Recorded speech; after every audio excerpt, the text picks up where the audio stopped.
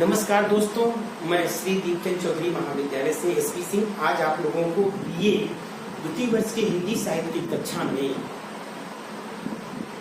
हिंदी निबंध विकास क्रम के बारे में अवगत कराऊंगा। आप लोग ध्यान से पढ़िएगा और समझिएगा। ठीक, जैसा कि बच्चों हम सभी जानते हैं कि कोविड-19 का दौर चल रहा है और इस दौर के गाइडलाइन के अनुसार यानी कोविड-19 के गाइडलाइन के अनुसार उत्तर प्रदेश के शासनानुसार एवं बुंदेलखंड विश्वविद्यालय के निर्देशानुसार आप सभी की कक्षाएं ऑनलाइन चल रही हैं। इसलिए आप लोग घर पर बैठकर ऑनलाइन कक्षाओं का पढ़ते हुए आनंद लीजिए। ठीक है। फिर अब हम हिंदी निबंध के विकास क्रम के बारे में विस्तृत रूप से चर्चा करेंगे। आप लोग ध्यान से सुनिएगा। हिंदी की अन्य विधाओं में यानी हिंदी के अन्य विधाओं में गद्य विधाओं के अंतर्गत निबंध विधा का स्थान महत्वपूर्ण है। हिंदी की अन्य गद्य विधाओं के समान हिंदी निबंध का विकास भारतीय युग से प्रारंभ माना जाता है। इसकी जो शुरुआत होती है भारतीय युग से होती है। इस काल में भारतीय साहित्य में एक नई चेतना का विकास हो रहा था। पढ़े लिखे लोग अपने विचारों को स्वच्छंदता पूर्वक एक निजीपन लिए हुए ढंग से स्वतंत्र रूप से व्यक्त करने लगे थे। ठीक, इस समय तक हिंदी की अनेक पत्र पत्रिकाएं प्रकाशित होने लगी थी। जैसे हिंदी की पत्रिकाओं में हरिश्चंद्र पत्रिका, उदंत मार्तंड, ब्राह्मण प्रदीप, बनारस अखबार, सार सुधानिधि आदि महत्वपूर्ण पत्रिकाएं थी। इन समाचार पत्रों एवं पत्रिकाओं में अनेक विषयों पर जो विचार व्यक्त किए जाते थे उन्हें ही हिंदी निबंध का प्रारंभिक रूप कहा जा सकता है या माना जा सकता है। ठीक,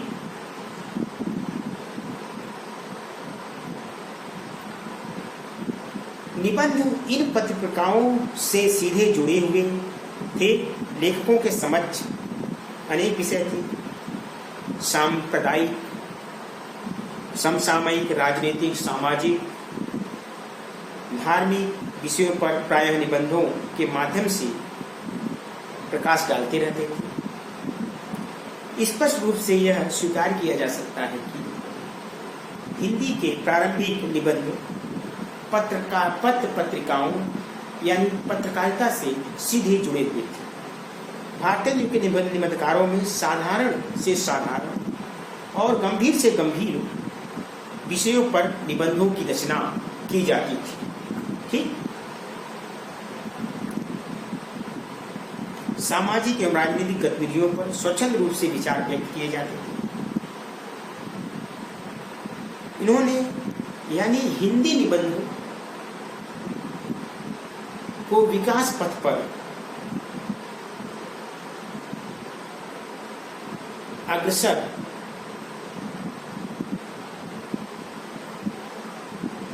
इन्हीं लेखकों द्वारा किया गया। संक्षेप में हिंदी निबंध के विकास क्रम को हम 4 भागों में विभाजित कर सकते हैं। पहला भारतीय युग 1873 ईस्वी से 1900 ईस्वी तक, दूसरा द्विवेदी युग 1900 से 1920 ईस्वी तक, तीसरा शुक्ल युग या छायावाद युग 1920 से 1940 ईस्वी तक, चौथा शुक्लोत्तर युग या छायावादोत्तर युग 1940 ईस्वी के उपरांत। भारतीय युग के प्रमुख निबंधकारों में भारतीय हरिश्चंद्र, बालकृष्ण भट्ट, बद्रीनाथ चौधरी, प्रेमघन, प्रताप नारायण मिश्र, बाल मुकुंद गुप्त, राधाचरण गोस्वामी, और अंबिका दत्त व्यास का नाम प्रमुख रूप से उल्लेखनीय है। भारतीय युग निबंध विकास की परंपरा को हम विस्तृत रूप से पढ़ते हैं। भारतीय निबंध विकास परंपरा की शुरुआत सन 1873 ईस्वी से होती है और 1900 ईस्वी तक चलती है। ठीक है। भारतीय युग को हिंदी निबंध की विकास यात्रा का प्रारंभिक चरण माना जा सकता है। इससे पूर्व के गद्य लेखकों की प्रारंभिक रचनाओं में निबंध के गुण उपलब्ध नहीं थे। सही अर्थों में भारतीय जी के निबंधों में ही हिंदी के प्राथमिक निबंध हैं। यानी सच्चे अर्थों में भारतीय हरिश्चंद्र जी के निबंधों ही यानी निबंध ही भारतीय हरिश्चंद्र के निबंध ही सच्चे अर्थों में हिंदी के पहले निबंध माने जाते हैं। ठीक, जिनमें निबंध कला की मूलभूत विशेषताएं उपलब्ध होती है। भारतीय जी ने हिंदी गद्य की अनेक विधाओं का न केवल सूत्रपात किया वरन उन्हें पल्लवित और पुष्पित करने का प्रयास भी किया। भारतीय जी के निबंध विषय एवं शैली की दृष्टि से विविधतापूर्ण है। उन्होंने इतिहास, समाज, धर्म, राजनीति, यात्रा, प्रकृति वर्णन एवं व्यंग्य विनोद जैसे विषयों पर गंभीर निबंधों की रचना की। अपने सामाजिक निबंधों में उन्होंने सामाजिक कुरीतियों पर प्रहार किया तो राजनीतिक निबंधों में अंग्रेजी राज्य पर तीखे व्यंग्य का प्रहार किया है। भारतीय युग के निबंधों में विषय के अनुकूल भाषा शैली का प्रयोग हुआ है। उनके आलोचनात्मक निबंधों की भाषा प्रौढ़ होते हुए भी द्रूह एवं बोझिल नहीं हो पाई। भारतीय जी के कुछ निबंधों के नाम प्रमुख रूप से लिए जा सकते हैं, जैसे अंग्रेज स्त्रोत, पांचवें पैगंबर,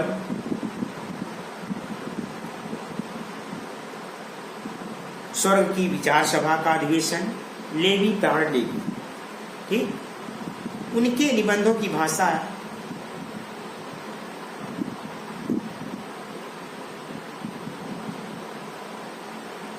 जो है विषय के अनुकूल है। ठीक, भारतीय जी के प्रमुख निबंधकारों में भारतीय हरिश्चंद्र, बालकृष्ण भट्ट, बद्रीनाथ चौधरी, प्रेमचंद, प्रताप नारायण मिश्र, मालपाल, मुकुंद, राधाचरण गोस्वामी और अंबिका दत्त व्यास का नाम प्रमुख रूप से लिया जा सकता है। ठीक है।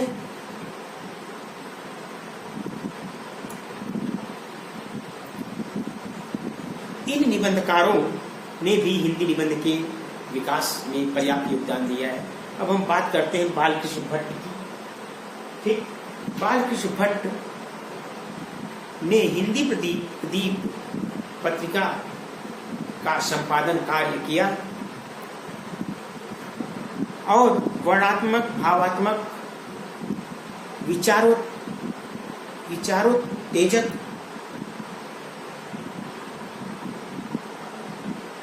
निबंधों के लेखक के रूप में जाने जाते थे। हास्य को वे बहुत महत्व देते थे। ठीक, चंद्रोदय उनका भावात्मक निबंध है। मुग्ध माधुरी में विचार और भावना का समुचित समन्वय या संतुलित समन्वय देखने को मिलता है। गंभीर बातों को सरल और सुबोध ढंग से प्रस्तुत कर पाने की कला में बालकृष्ण भट्ट जी निपुण थे। विषय की व्यापकता एवं मौलिकता के साथ साथ शैली की रोचकता उनके निबंधों की प्रमुख विशेषता मानी जाती है। ब्राह्मण के संपादक पंडित प्रताप नारायण मिश्र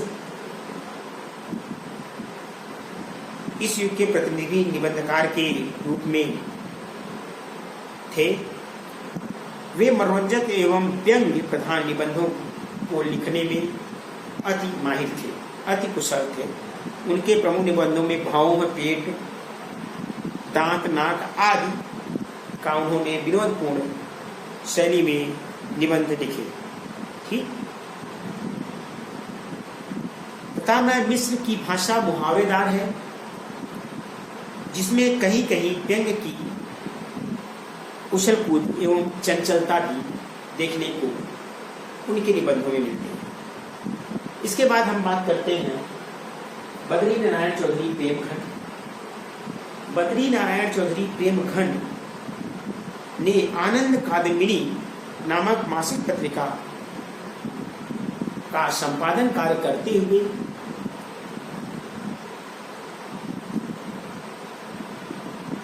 और भारतेंद्र जी के अभिन्न मित्र थे। उनके निबंधों की भाषा अलंकारिक, कृत्रिम एवं चमत्कार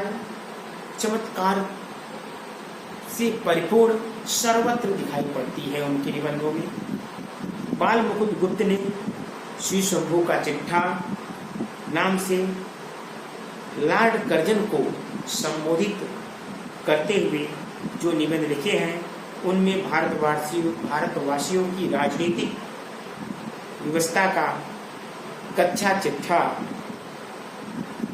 पेश किया गया है। राधाचरण गोस्वामी ने अनेक निबंध सामाजिक कुरीतियों पर प्रहार करने के उद्देश्य लिखे, जैसे यमपुर की यात्रा निबंध में गोदान पर करारा प्रहार करते हुए लिखते हैं, यदि गांव की पूंछ पकड़कर पार उतर जाते हैं तो क्या बैल से नहीं उतर सकते? जब बैल से उतर सकते हैं तो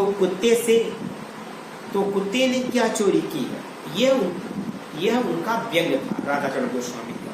ठीक है, ठीक। अब हम बात करते हैं उपरियुक्त विवेचन के आधार पर निष्कर्ष रूप में हम कह सकते हैं कि भारतीय युग के निबंधकारों में विषय की व्यापकता एवं विविधता विद्यमान थी। वे निबंध लेखक होने के साथ साथ पत्रकार भी थे। वे निबंध लेखक होने के साथ साथ एक पत्रकार भी थे। अतः उसमें वैयक्तिकता के साथ साथ सामाजिकता का भी समावेश है। इनकी शैली में हास्य व्यंग एवं मनोरंजन की प्रधानता की छटा देखने को मिलती है। इन निबंधों का प्रमुख उद्देश्य राजनीतिक विषमता और सामाजिक कुरीतियों पर चोट करना है। भारतीय युग के निबंधकारों का मूल्यांकन करते हुए डॉक्टर रामविलास शर्मा ने लिखा है कि जितनी सफलता भारतीय युग के लेखकों को निबंध रचना में मिली है, उतनी कविता और नाटक में भी नहीं मिली है। ठीक,